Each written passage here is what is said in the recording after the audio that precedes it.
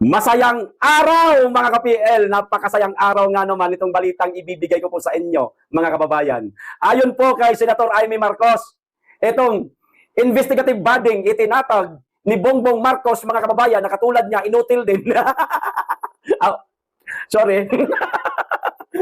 Madidisband na di umano mga kababayan sa darating na Pebrero 1. Unang araw ng Pebrero, madidisband na. Itong ipinagmamayabang ni Bongbong Marcos na investigative body di umano'y makakatulong para masugpo ang napakalalang korupsyon at mapanagot ang mga kawatan sa kaban ng bayan. Isa na lang po ang natitira. Sorry. Patunay lang yan mga kababayan na ang ICI inutil, walang silbi, walang ngipin, kundi papugi lang sa mga iniimbestigahan. Kasi nga, yung mga iniimbestigahan dyan sa ICI, pumupugi kasi hindi naman po napapatunayan na sila ay nagkasala. Kundi, parang nilalaro pa yata ang investigasyon, mga kababayan. Kasi hindi naman po nila isinasa publiko ang mga pagdinig dyan sa ICI. Kaya, dapat lang na mangyari ito sa kanila, mga kababayan. O eto, ang balita, ibibigay ko na po sa inyo, mga kababayan. Pero bago po natin simulan, makikisuyo, sa mga hindi pa po nakasubscribe dyan, baka naman. At paki-click na rin po ang notification bell para updated kayo sa lahat ng upload. At huwag niyo pong kalimutan, paki-like at paki-share po para malaman ng ating mga kababayan na ganito, kainutil ang binuo ni Bongbong Marcos na investigative body, walang iba, kundi itong ICI. O eto na po mga kababayan, binuking na naman sila ni Amy Marcos. Naku, ano ba naman itong si Amy? Bongbong! Bongbong! Yung kapatid mo, binuking na naman kayo. Binumong investigative body, nag-aaksaya ka na ng pera pero walang napala, walang kwenta. O eto, balita. Just in, kapapasok lang mga kababayan. ICI faces possible disbandment as resignation leave only chair standing. According to Senator Amy Marcos, the Independent Commission for Infrastructure may be disbanded by February 1 after another member resigned last month with only ICI Chair Andres Reyes remaining. Mga kababayan, ang tibay ng sikmura mo, Sir Reyes, Andres. Hindi ka ba nahihiya? Lumayas ka na sa ICI, sir. Nag-iisa ka na lang, nilayasan na kayo ng mga kasamahan ninyo kasi mismong yung mga lumayas na yon, maaaring alam nila na inutil yung ICI ninyo. Ano pang ginagawa mo dyan? Talaga bang kapit ko ang datingan, sir? Nagtsatsaga kang tumanggap ng pasweldo mula sa kaban ng bayan, mula sa amin. Inutil naman yung investigative body niyo, sir. Inutil. Walang nagagawa. Puro lang kayo pagdinig. Wala naman kayong nakakasuhan. Hindi nasisiyahan ang taong bayan. Kasi nga, inutil. Sorry po, natawa lang. Hindi kasi maiwasan matawa, mga kababayan No? Walang pinagkaiba ang ICI sa nagbuo nitong investigative body na ito. Sino ba bumuo nito? Siyempre, ang presidente natin inutil din. Paano? Yung kanyang pamumuno, mga kababayan, walang nagawa sa ating bansa kahit na isang poste ng tulay, napakaraming mga nakabinbin na dapat tapusin na noong nakaraang administrasyon pa yan, imbes na tapusin, yung mag-aapat na taon siya, katunayan, 4 na taon na nga ngayon kasi magsusona naman yung mama na yan di sana natapos na yung mga tulay na yon. Hindi ho inuna yung mga proyekto Imbes na unahin, patapusin yung mga proyektong hindi natapos nung nakaraang administrasyon, natural naman yan, meron talaga maiiwan, no? Hindi pinagpatuloy, inuna kasi pamumulitika.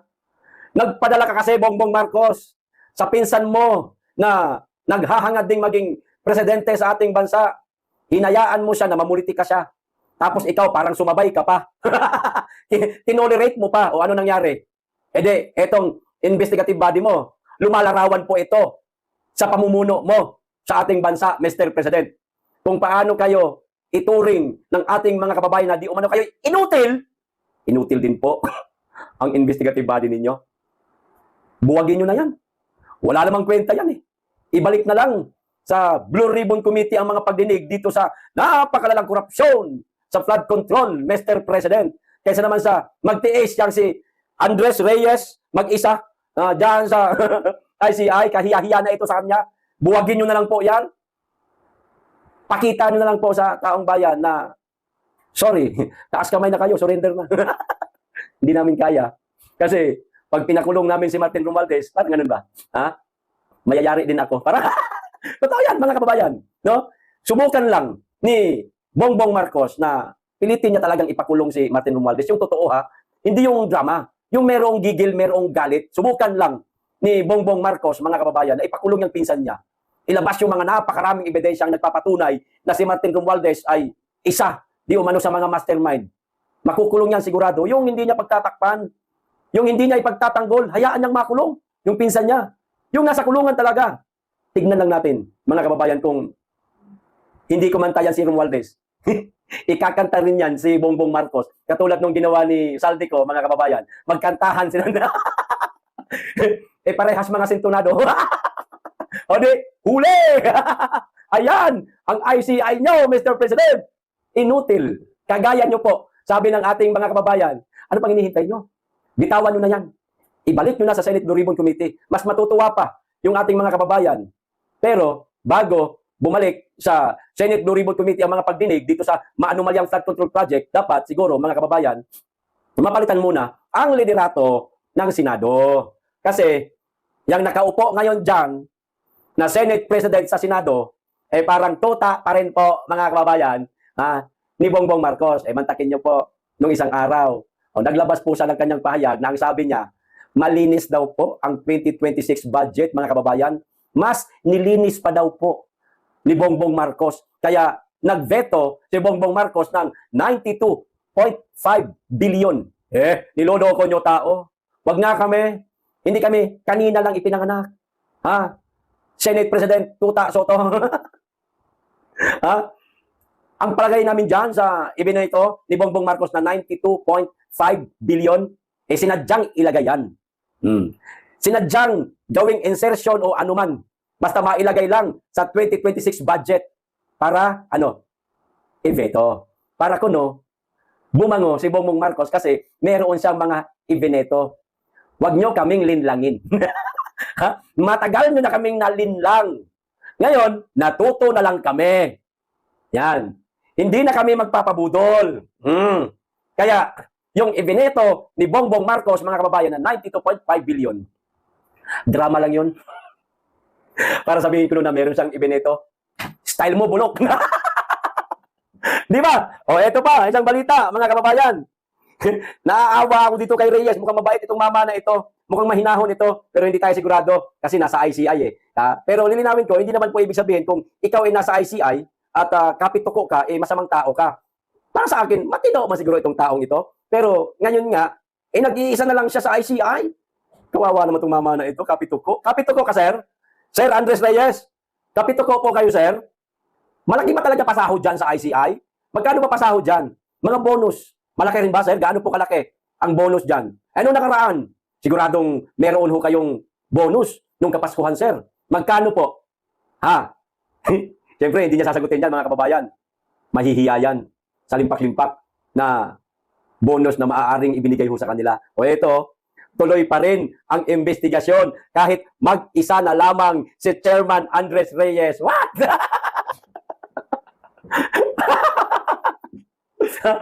Paano mo masusukol?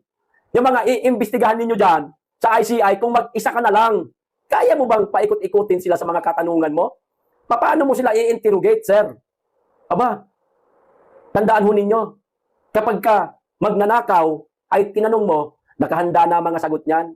Bago pa lang dumating itong mga pagkakataong ito na haharap sila sa isang investigasyon, meron na po silang sagot sa kanilang mga, sa mga itatanong sa kanila. Mahihirapan kang mag-isa, sir, natapusin ang problema sa korupsyon o sa flood control project kung ikaw lang mag-isa. Bumitaw ka na rin. Nipis-nipisan niyo po ang mukha niyo, sir. Huwag niyo po masyadong kapalan. Kasi ang tawag po ngayon sa'yo ng publiko, ang kapal daw po ng mukha niyo, sir. Sila may sabi, hindi ako Ang kapal daw po ng mukha ninyo. Kapituko daw kayo.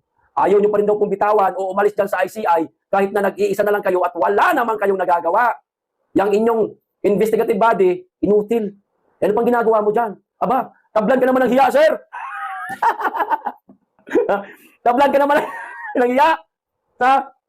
Pag-isipan mo, Masisira pangalan mo. Andres Reyes Jr. Naku, damay pa pamilya mo dyan. Damay pa mga anak mo dyan. Pag nalaman ng mga kaibigan ng mga anak mo, yung tatay nila, nag-iisa na lamang sa ICI, at wala namang nagagawa yung ICI, ano sasabihin ng mga anak, ng mga kaibigan ng mga anak mo? Yung tatay mo, no? Kapal din, ano?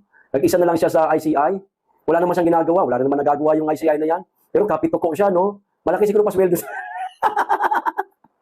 Pera-pera na lang ba ang labanan ngayon, sir? Ha? Pera-pera na lang ba?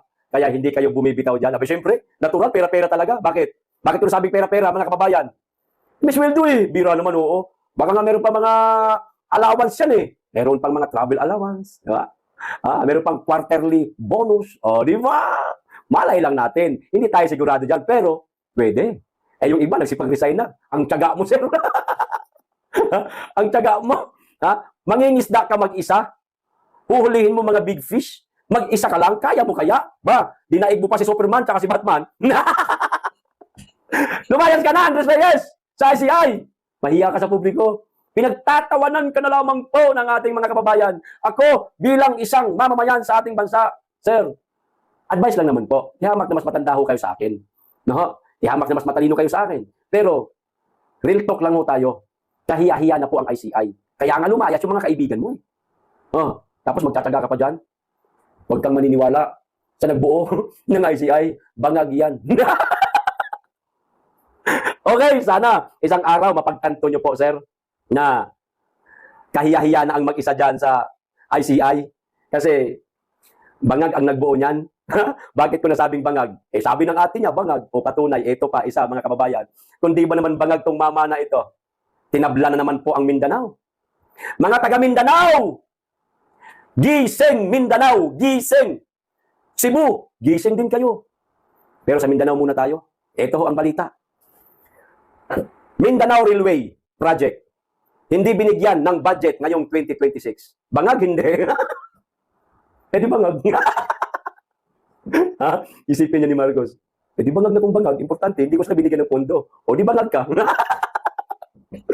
Ito, hindi nakatanggap ng pondo ngayong taon ang Mindanao Railway Project na matatandaang isa sa mga proyektong isinisulong noon ni dating Pangulong Rodrigo Duterte. Ibinunyag ni Senator Minority Leader Alan Peter Cayetano ang kawalan ng budget sa nasabing proyekto na makapagbibigay ginhawa sa mga milyon-milyong mga taga Mindanao. Hindi na po inisip ni Bongbong Marcos, mga kababayan, ang mga mahihirap po nating mga kababayan dito sa Mindanao na ito ang tanging pag-asa para mapadali ang biyahe.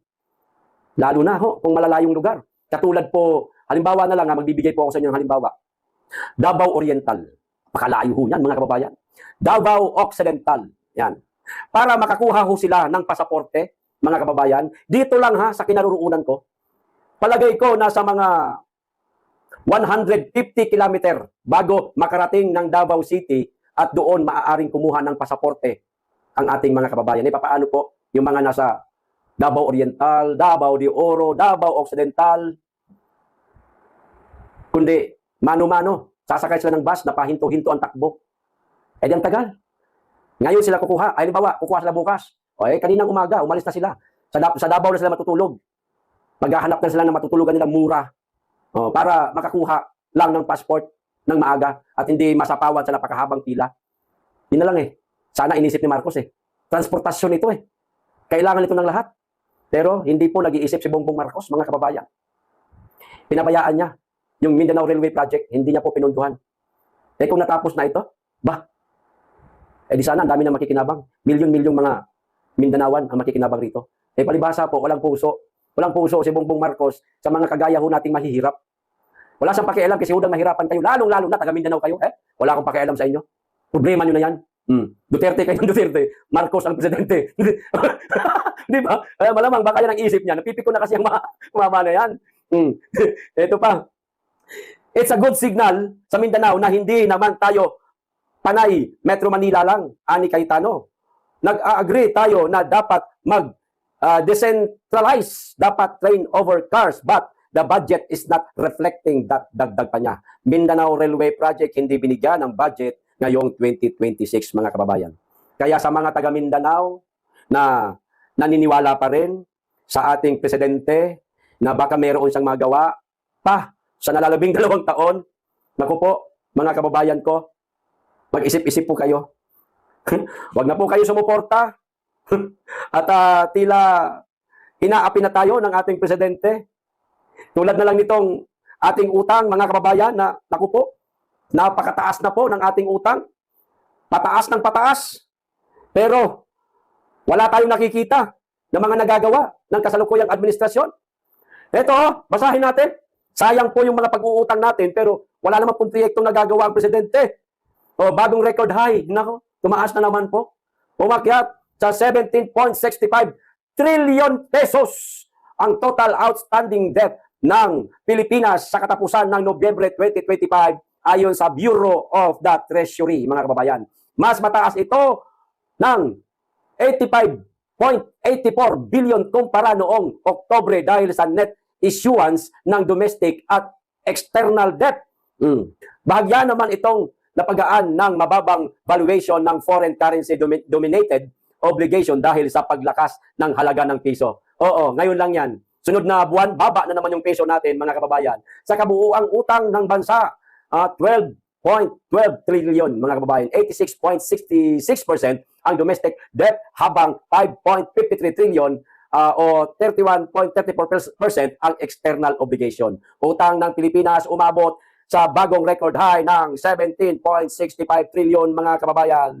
Ganyan po sila gumamit o mangutang, mga kababayan, para lang mayroon silang magamit. Para saan? Sa pansariling interest nila? Nasaan yung mga inutang natin? Ang tanong. Utang tayo ng utang. May nakikita ba tayo? Ni pabahay po sa mga pobre nating mga kababayan, wala. Nitapusin yung mga proyektong nakabinbin na naiwan pa noong nakaraang administrasyon. Hindi pinagpatuloy. Pero ang utang, pataas ng pataas ng pataas po, mga kababayan. Sayang. Hindi po si Bongbong Marcos ang magbabayad niyan. Kundi tayo. Tayong lahat. Kita nyo na? Mindanao Railways, hindi binigyan ng budget, pero umutang na naman. Nadagdagan na naman yung utang natin. Di ba? Gising Mindanao, gising Cebu. Ano ang magiging desisyon ninyo? Suporta pa rin ba tayo kay Bongbong Marcos? Ha? Marcos pa rin ba? Ha? Utang natin, napakalaki na, oh. Bira naman, oo. Wala naman tayo nakikita. Pero, yung mga grupo nila, aba, ang lalaki yung kinikita. Di ba, mga kababayan? Yan po ang nangyayari ngayon sa Pilipinas.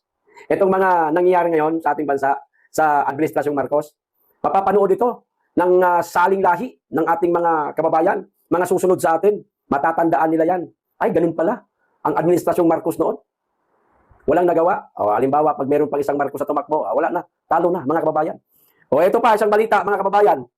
Habang yung ating mga mambabatas na mga magnanakaw, maliwanag na nagnakaw, maliwanag na kung sino ang mastermind, pero wala pa rin nakukulong, mga kababayan.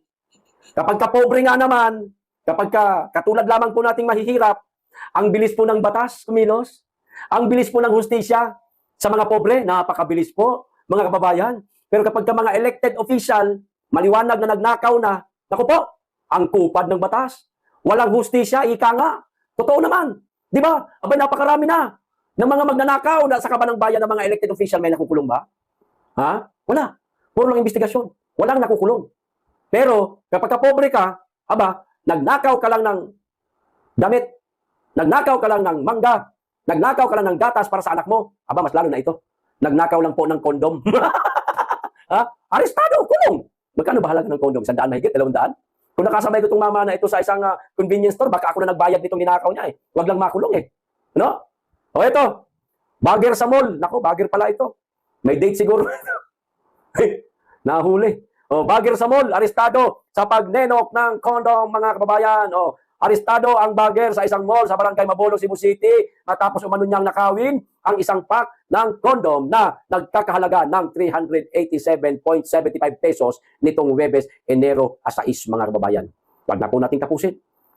Kuhaan lang po natin yung pinakatema ng balita. Bagger lang kasi. Pobre lang kasi. Walang kakayahang magbayad ng mga abogadong mamahalin, di kalibre. Kaya ayan, kulong kaagad, mga kababayan, arestado. Nagkakahalaga ng 387 pesos lamang po. Kulang-kulang 400 kulong. Pero yung mga nagnakaw ng trilyon, bilyon-bilyon, binigyan ng pondo, pero hindi ginamit ang pondo. Meron tayong nakitang proyekto, pero ampaw, substandard, ghost project pa nga yung iba, hindi po nakukulong. Di ba? Si Our Lady of Insertion, mga kababayan, meron din di umano siyang proyekto na hindi natapos. Nasaan yung pondo nun? Siyempre, bago ibinigay sa kanya yung proyekto na yon, yung budget nun, bago napunta sa kanya, kumpleto yan. Baka nga sobra pa eh. Pero, mga poste lang po ang naitayo. Hindi pa nga nabuhusan lahat, kalahati lang. Basta lang may maipakita, itong lupa na ito. Tatayuan ito ng isang gymnasium. Pero hindi natapos. Eh, yung pondo nasaan? Yung pera nun nasaan? Ano tawag doon? Ha? Di ba pangungurap yun? Pag nanakaw yun, mga flood control project, kuno meron. Ayan, napakalaking tarpaulin nakalagay. Maglalagay daw dyan ng flood control. Nasaan? Wala tayong nakita. Pero ang pondo, na-release na, naibigay na. Ano tawag doon? Utang? Ha? Utang. Utang tawag doon? Di ba kayo maliwanag na pag nanakaw yon? Pero yung pobreng nagnakaw lang ng isang paketeng pambalot ng kanyang manoy, nakulong ka agad. Diyos ko. Hustisya sa Pilipinas, kumusta na? Bilyon, trilyon, ninanakaw ng mga elected official. Bakit di natin mapakulong? Pobre, kulong. Mangga, tumubo. Mula sa kapitbahay, ang puno, gumanon yung sanga sa kapilang pader. Pumitas lang ng isang piraso yung matanda na pati senior na pinakulong. Mga kawatan, hindi. Di ba? Lupit, no? Diyos ko po. Sino kaya? Ang isa pang katulad ng dating Pangulong Duterte ang mamumuno sa ating bansa na magkaroon ng patas na batas para sa ating lahat. Malamang, siyempre, walang iba, kundi ang ating panlaban sa 2028, mga kababayan, BP Inday Sara. Bawi tayo, mga kababayan. Mahaba pa naman ang buhay natin eh. Di po ba? Bawi tayo. Ipanalangin natin na huwag magkatotoo yung sinabi ni Attorney Harry Roque na di umano'y gurgur ang pinaplano nila ngayon sa ating pangalawang Pangulo. Ipanalangin po natin ang ating pangalawang Pangulo na huwag sirain na mga nag-interest na maging presidente sa ating bansa. Dahil pag hindi po Duterte ang mamumuno sa ating bansa, mga kababayan, tuloy-tuloy po tayong ganito. Kawawa po yung ating mga kababayan na napaka mahihirap talaga. Nagtsatsaga na natulog dyan sa kalye para wag lang maiwan yung kanilang kaperasong hanap buhay. Kawawa ho, mga kababayan. Eh mabuti yung ating mga kababayan na medyo malalaki ang sweldo. Buhay sila. Wala silang pakialam. Pero tayo, na mga meron pong pagmamahal sa ating kapwa, naaawa tayo, aba, kapit lang. Kay Allah, kapit lang na ingatan niya ang ating pangalawang Pangulo hanggang sa maging presidente po ng ating bansa, kasama ng kanyang mga senatorial candidates sa darating na halalan sa 2028. Okay, hanggang dito lang. Maraming salamat. Mag-iingat tayong lagi at higit sa lahat, mahalin natin ang Pilipinas.